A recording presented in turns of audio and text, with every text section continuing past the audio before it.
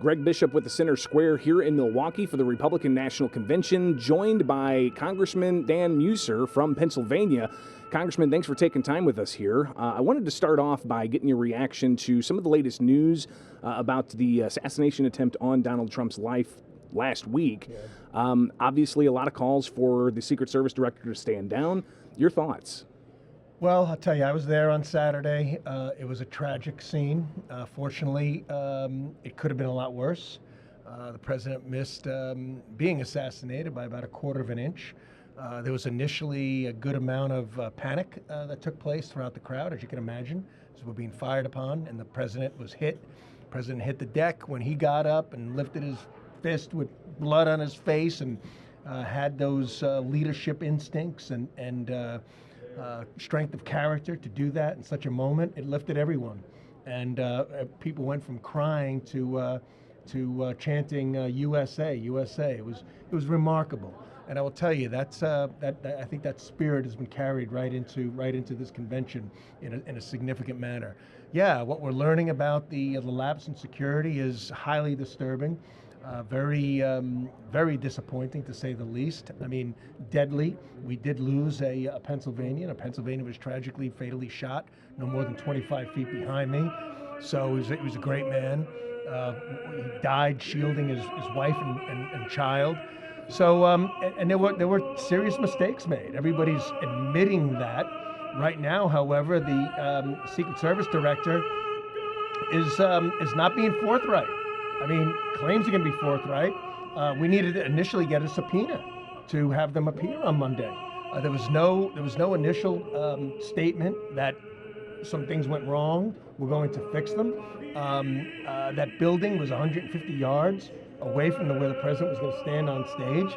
It was not far at all. I recall it vividly. And so there was a real breakdown. And, you know, there's a little bit of blaming and silly finger pointing taking place. The roof was sloped. Oh, that was the responsibility of the local police and the state troopers. Come on, the Secret Service is responsible for protecting the president. There should have been a plan. It should have been managed. It should have been executed, and it shouldn't have happened.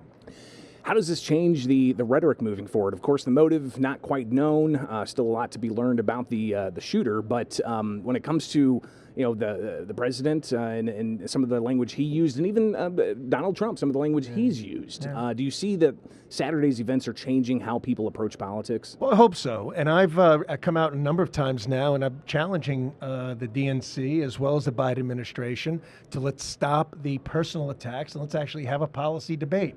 And people say, "Oh, does that go for the President Trump as well?" Well, of course, it's a both sides approach, and we have heard that the president has rewritten his speech, plans on it being more unifying. Now, on the same note, look, I'm Republican, and again, there's two sides to a story. But when I hear President Biden the Friday before describe the president as evil, as a dictator, oh, he said he was going to be a dictator. That's false, and it's lies. He never said that. Calling him one step short of Hitler. Mrs. Biden, Jill Biden, referring to the president as evil.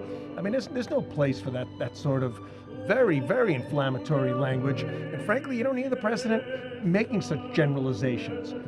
It's more about going after the terrible policy, and at times about the clear loss of cognitive ability of President Biden. And as we know, the realities of that, they did their best to hide and to ignore. And now we've seen it come to light. We don't even know who we're going to be running against 100 and few days from now. We've got, of course, Pennsylvania being a state that could very well go to Donald Trump. Talk about how Saturday may have changed the calculation moving forward to November. Well, I think a lot of people, and I got all kinds of calls coming in saying, "Wow, if that's what President Trump is made of, he's my kind of guy." Union workers, a friend of mine who's a school teacher, you name it. They weren't sure before, and now I think they're taking a deeper dive on the policies. Certainly in Pennsylvania and all around the country, the results of the Biden economics and Biden policies are terrible. Terrible. From the border to energy policy. We're an energy state. He's got an assault on Pennsylvania energy. He's choosing Venezuela over Pennsylvania when it comes to energy, allowing Russia to expand its coffers of cash and energy exports. So they got all the wrong moves. Their energy policy is gas backwards, as we put it.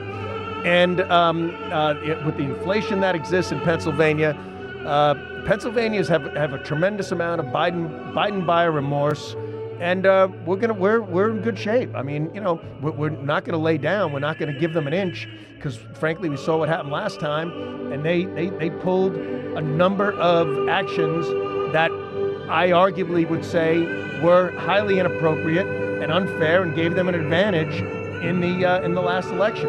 So this year we got, and thanks to the PAGOP and Laura Trump and Michael Whatley and the RNC, we're ready. We've got thousands of poll workers. We're on top of the mail-in ballots.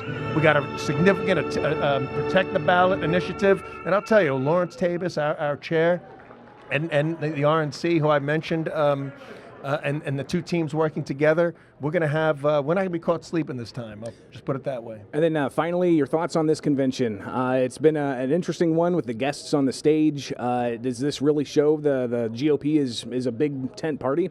Yeah, it does. It shows that we're definitely united. We have a diverse group of speakers. We have some great speakers.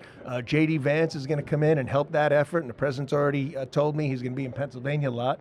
So we're looking to plan his trip. In fact, we're on our way over to see them both in just a few minutes. So there's a tremendous amount of enthusiasm. And I'd also add, it's not just among Republicans.